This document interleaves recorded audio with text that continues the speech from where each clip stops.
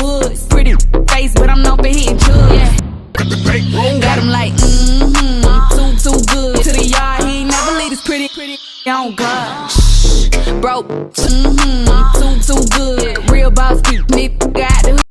Hey, what's up? This is Nicole Reloaded, and we loaded up, and we loaded up, we loaded up with another video. Y'all, let's get into some fizzangs. Now, as we know that Will Smith has been banned from the Oscars for 10 years. Kind of funny, isn't it, that no one else was banned like A.K. Harvey Weinstein and the other. Anyway, this compilation that I have put together for you this evening is going to be discussing Jada Pinkett and Tupac Shakur's relationship. Jada Pinkett and Will Smith's relationship. Did she want them both? I hope that you enjoy this super matchup. You know, Will Smith and his eternal jealousy of the late, great Tupac Shakur is something else. You have to be able to understand inside of Will Smith's head when he slapped Chris Rock while trying to defend his wife. We have to go back nearly 3 decades. Before Fresh Prince met Jada, the actress developed a close relationship with the one greatest rappers of all time, Tupac Shakur. The late great Tupac Shakur. But contrary to popular opinion, their relationship was never romantic. That's up for debate now. They shared a close friendship that was very unique. Tupac was convinced he was going to be a part of Jada Pinkett's life until they grew old. Despite not being romantic, Pac was still overly protective of Jada, and he always was checking on the men she dated. He felt that any man who stood in the way of his friendship with his girl Jada Pinkett was going to definitely be a problem. By the time Jada started dating Will Smith, Tupac was deep in a way between factions inside the hip-hop community that ended up claiming both his life and the life of the notorious B.I.G. An East Coast versus West Coast battle that ended in a terrible tragedy of losing two of the greatest that will ever do it. Due to these issues, Tupac was dealing with Jada reportedly. Jada reportedly asked him not to attack Will Smith in any way. He was an East Coast rapper. Pac took this personal. He disclosed to his inner circle that he felt offended by Jada's request, but also realized he brought this on himself for living that famous thug life. Smith was always jealous of the relationship with Tupac and Jada, with the woman that would eventually become his wife. A sentiment he definitely couldn't control, and one that he regrets to this day. Smith confessed his jealousy of Tupac. We've already covered that, but during an interview, The Breakfast Club, Will Smith didn't shy away from the idea that he always was jealous of Tupac. But he was the one who always made it weird. He was the one who refused to approach the rap legend, not the other way around. In reality, Tupac did lead that thug life, but you can tell he was ultimately a Pacific simple by hearing him talk Listen to many of his lyrics. The difference is that Will Smith was always clean with his music and Pac didn't mind using profanity. Both of them were masters at their craft. But Tupac was the true wordsmith out of the two. Will went on to become one of the most powerful stars in the world, but he never got the chance to spend quality time with Tupac. In 1996, the late rapper's death hurt Jada because she was losing one of her childhood friends. A year later, she will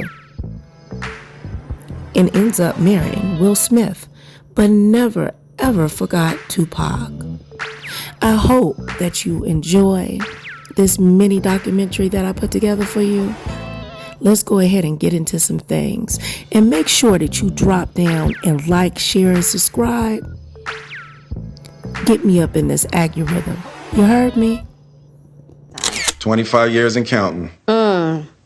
We ride together. We die together. Bad marriage for life. You need to say clearly what happened. As far as what? You and I decided we were going to take our space, and what happened? Yeah, and then I got into an entanglement with August. Okay, if you're anything like me, then when you first saw this video, you instantly had dozens of questions. Like, why is this public? Why are y'all having this conversation in front of the world? Jada, what the hell is wrong with you? Will, why are you subjecting yourself to this? Why are y'all not divorced? And on and on and on. Has the world had enough of Will Smith acting perfect? Everybody needs to do what I say. He just overdoes it. I've read 50 books on marriage. I liked Will Smith better when I didn't know all this shit. Is this the downfall of the world's biggest movie star? I was failing miserably. There's a petition to stop Will and Jada Smith from doing any more interviews. I got into an entanglement with August. Why do we have to know Will's business like this, dog? It's not Jada's fault. It had been so long since I felt good. It's not the kid's fault. I was going to be the best father the planet had ever seen, or I was going to be dead. It's his fault. I was a coward. People who chase perfection are always hiding something dark. I decided to be funny, to constantly please others. The funnier the person, the greater the pain. No one knew he was hiding a secret about his father. I grew up in a household where I was scared and watched my father beat my mother up. I'd always told myself that I would one day avenge my mother. He wanted to kill his own father. But then I said, wait a minute. Surely there's more to the story, because last time I checked, Will and Jada were madly in love. So what the hell went wrong? Then I went looking for answers. But all I could find was opinions, rumors, and gossip. I have heard some real wild shit about how Will and Jada get down behind closed doors.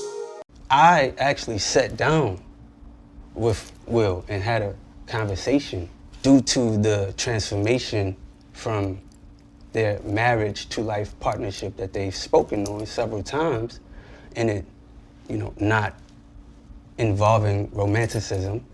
I can die right now and be okay with knowing that I truly gave myself to somebody. Right, you did the right thing. And I think it was about 4 years ago, started a friendship with August. And we actually became really, really good friends. And it all started with him just needing some help. Great about this red table, Jada having her mother and having Willow at the table, she really started teaching our family how to talk, how to open up and be vulnerable. It was such a powerful transition to be able to learn how to care about people's feelings. But it is something we truly don't understand at the level that we should. What do you mean you don't care? How do you not understand? Why aren't you listening? We got this thing of, oh well. Like, let's go. All That's right, all, it is what it is. It is, let's go. I'm gonna be fine. Yes. And doing that for so long, and now getting hit with this whirlwind of people that force you to look at things different. Yes. For the first time. And they're little, so you can't like. I can't tell you shut the up. I can't tell you shut the up.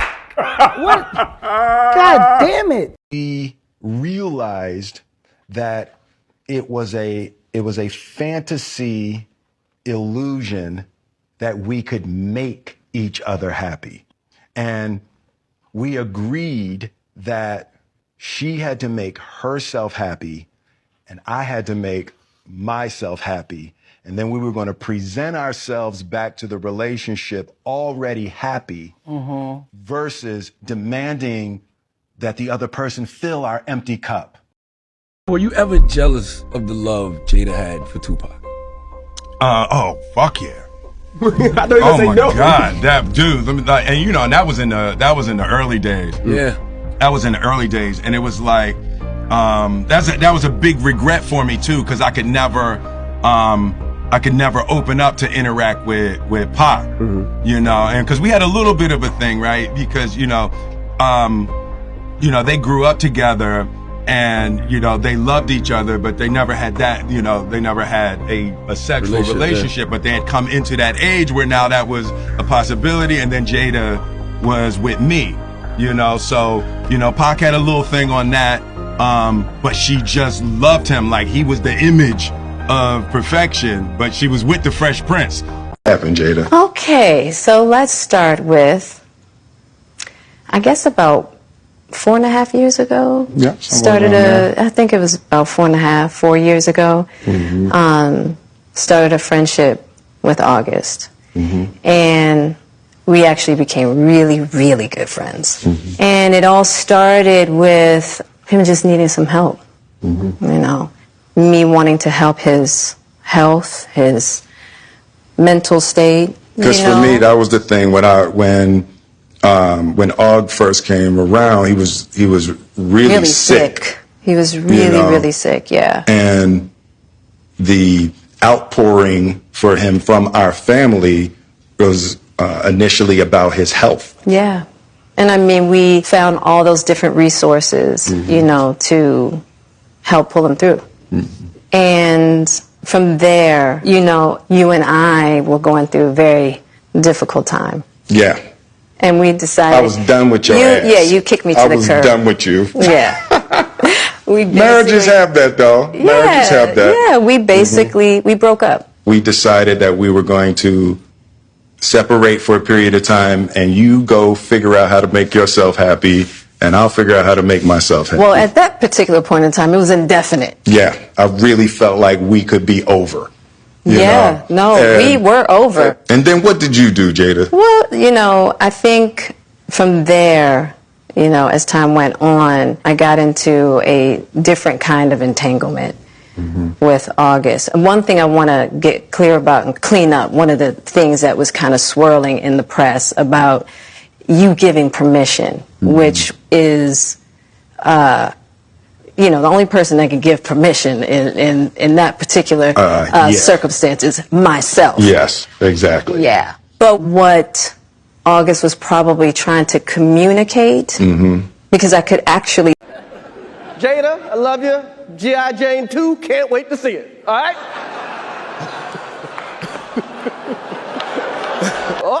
Richard.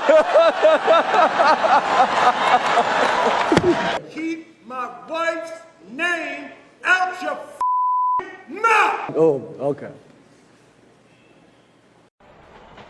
So we moved to Baltimore, which was total ignorance town to me. I mean, Baltimore has the highest rate of blacks killing blacks in the country. When I auditioned for the Baltimore School of Performing Arts, then I started to have good luck times.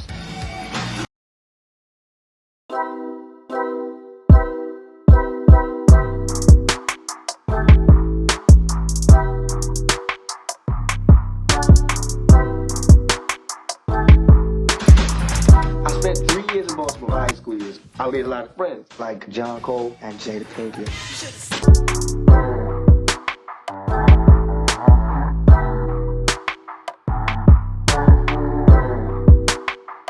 I loved my classes. We were exposed to everything.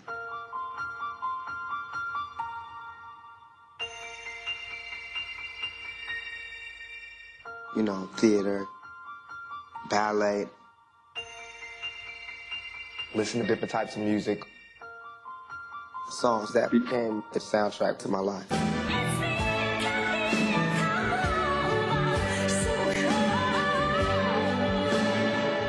But in my home homeboys' high school, it's not like that. They don't have trips to go see this Broadway play, and they don't read things we were reading, and they didn't know what I was talking about when I was like, yo, Shakespeare is dope. They don't have the same experiences that we had. So then I started thinking, that's because the art school I went to was mostly for white kids and rich minorities. So I started going, damn, man, I would have been a totally different person had I not been exposed to these things. I need money. I used to be a stick-up. L to the J. What's happening, baby?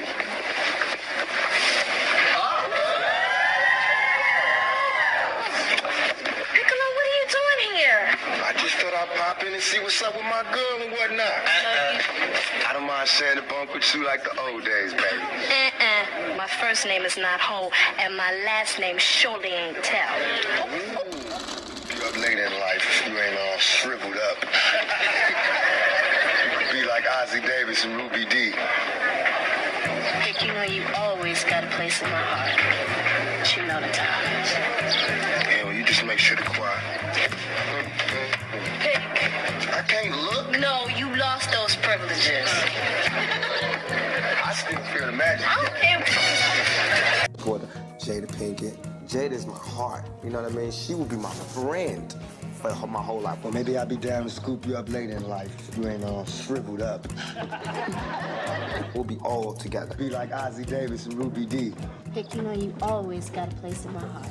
She can have my one heart, my liver, my lungs, my kidneys, my blood, marrow, all of that.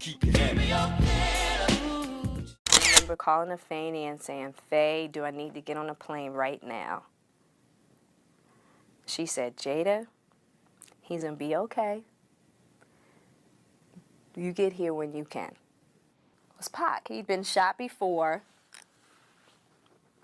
Fine. He was like a cat with like 9 lives.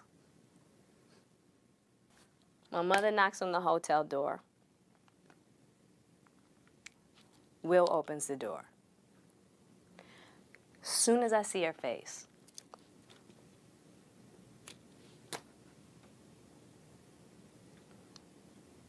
I knew he was gone. We met at Baltimore School of the Arts. It was the first day, and he came over to me and introduced himself. And in high school, Pac was a little funny looking. Definitely, from looking at him, wasn't necessarily like the type of cat that I would even like deal with, you know. But as soon as he approached me, he was like a magnet. It was like once you paid attention to him, he kind of sucked you in. And we hit it off from that moment on. He would tell me all the time, Jada, you're gonna be a star. You know what I mean? I'm really like, Pac, come on. He's like, you're gonna be a star. You got it. You just got it. I don't think either one of us really thought that we would have made it in the way that we did. But we knew we were gonna do something. He was one of my best friends. He was like a brother. And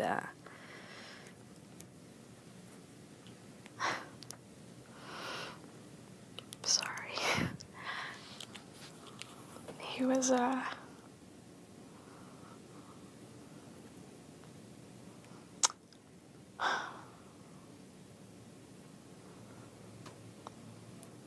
mean, it was beyond friendship for us, you know, as far as just, it was really difficult to explain because the type of relationship we had, you only get that once in a lifetime, so he was like a brother, father figure to me. Very protective, and we took really good care of each other. We took really good care of each other, the best that we could. But we gave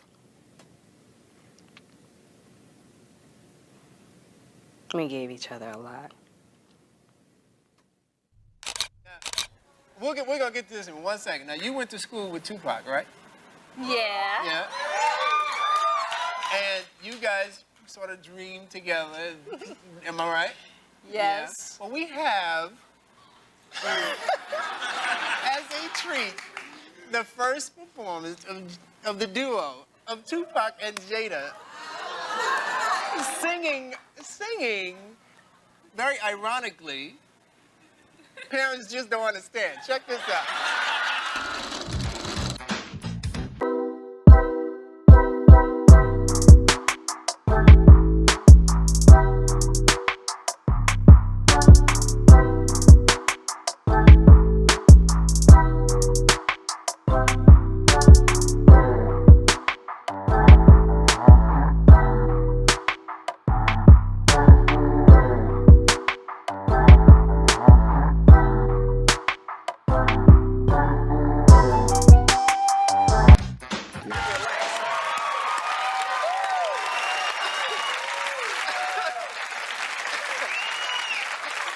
That's the funniest.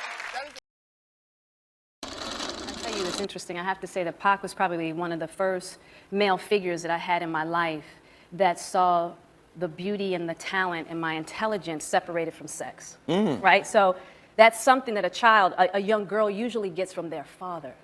I didn't have that. Right. Pac was the first one that it wasn't about sex. It was about you. You're a beautiful woman, you're talented, you're strong, I respect you, and you are my girl.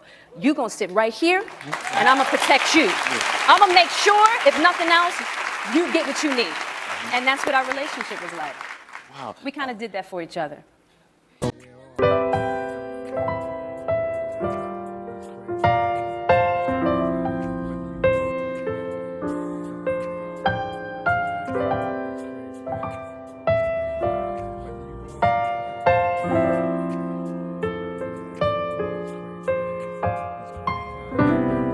Lately my thoughts got me distant.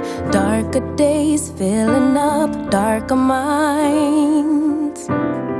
Stuck in this room that keeps spinning, wondering how you been, where you hide. Late night drinking, wishful thinking, what if you were here?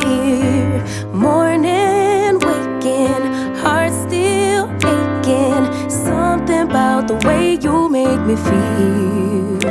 I don't wanna mess up your night, I don't wanna put up a fight, I don't wanna trouble you, babe, but I gotta say, I don't wanna waste no more time trying to shake the feelings inside. Finally got made up my mind, can't go one more day without you.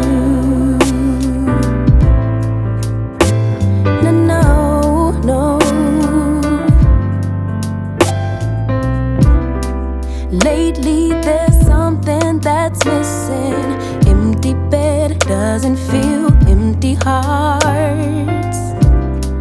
Typical me reminiscing. A memory doesn't heal open scars. Late night drinking, wishful thinking, what if you were? Dear Tupac, I know you are alive someplace. I think my mommy really misses you. Can you please come back? Can you come back so me and my mommy can be happy? I wish you were here. I really do. Tupac got killed in what, 95, 96? Willow never met Tupac. Why is this little girl writing a letter to Tupac? Why is Will Smith's daughter writing a letter to Tupac? You've been on a hell of a journey with me. Yeah. You know, there's people's feelings involved. Right.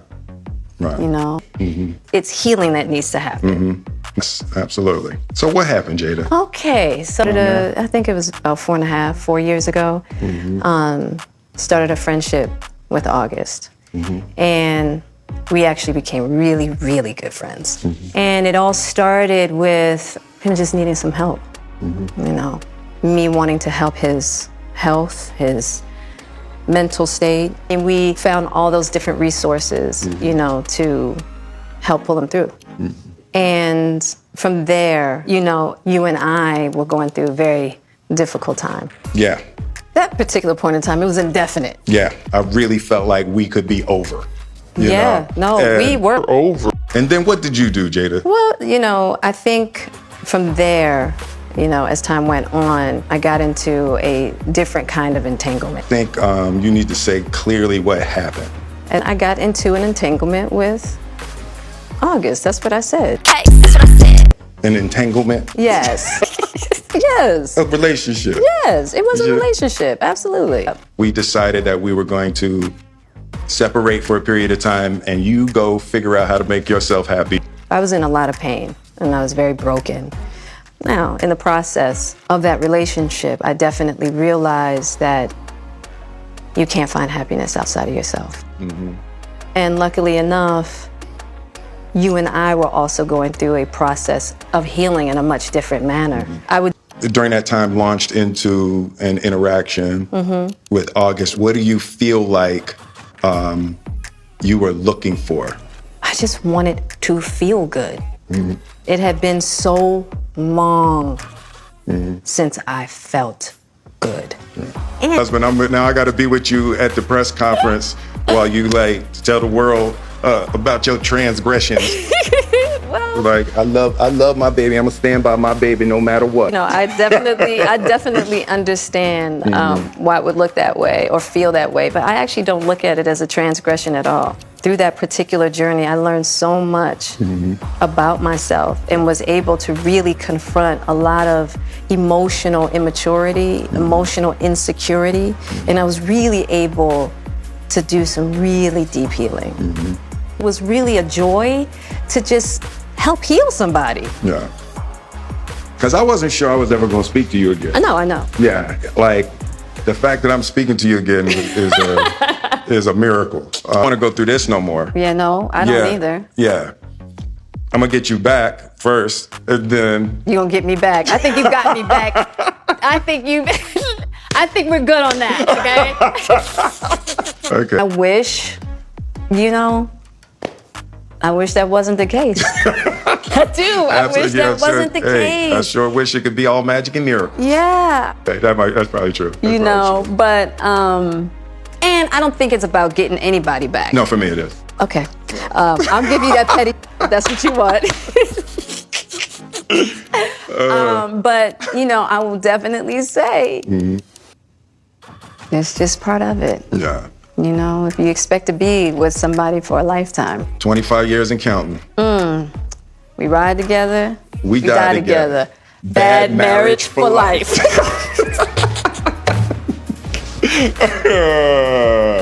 That's terrible. To this day, if we start talking, it's 4 hours.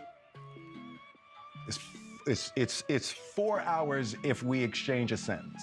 Really? Yeah, and it's like it's the center of why we've been able to sustain and, you know, why we're still together, not choking the life out of each other. It's like the ability to work through issues. Yeah. I've never met another person that I connect with in conversation more blissfully and productively than Jada. Okay, I'm not even gonna go into the big blowout party that you had for her. You all read it here at will. That you laid down the red carpet, you had all the friends and and then you all ended up literally, I think that was the thing that actually drove, there already was a wedge, but that 40th birthday party was the final moment when you said you were no longer gonna be in a relationship where you were trying to make her happy. So how long were you all actually separated? We never understood. How long? Was it months or years? You know, it's really funny. We never actually like officially separated. Right? What happened was we realized that it was a fantasy illusion that we could make each other happy. And we agreed that she had to make herself happy and I had to make myself happy. And then we were going to present ourselves back to the relationship already happy versus demanding that the other person fill our empty cup. You know, and that should be the prerequisite for anybody actually getting married. Absolutely. It's like the come to me whole, come to me with half of your broken self and expect me to fix all the pieces. The problem is that when you come like that, the cup actually has a hole in the bottom. Right. So you pour all your good love in there and it goes out onto the floor. Because you got two broken people here. You got two broken people, and that's what we're doing, you know? So there was a, you know, we just decided that you have to figure out how to be happy, you know? And it was a little bit more contentious from my side. I was like, you know what? You go figure it out. You go figure out if you can be happy and just prove to me it's even possible. Right? Not thinking about your own self. Yeah, and I'ma do me and you do you.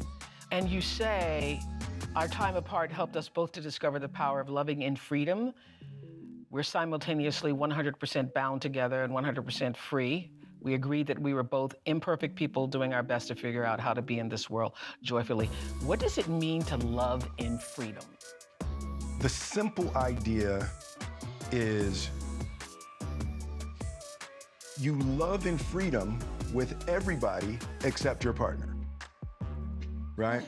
Your kids are gonna go off to college and you're gonna wait for them to come back and they might not be able to come back this Christmas and, you know, you let them go, your friends.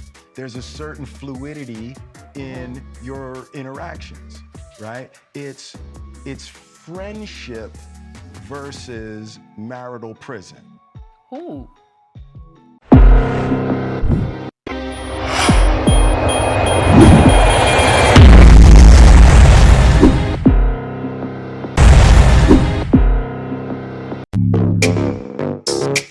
Woods, pretty face, but I'm known for hitting drugs.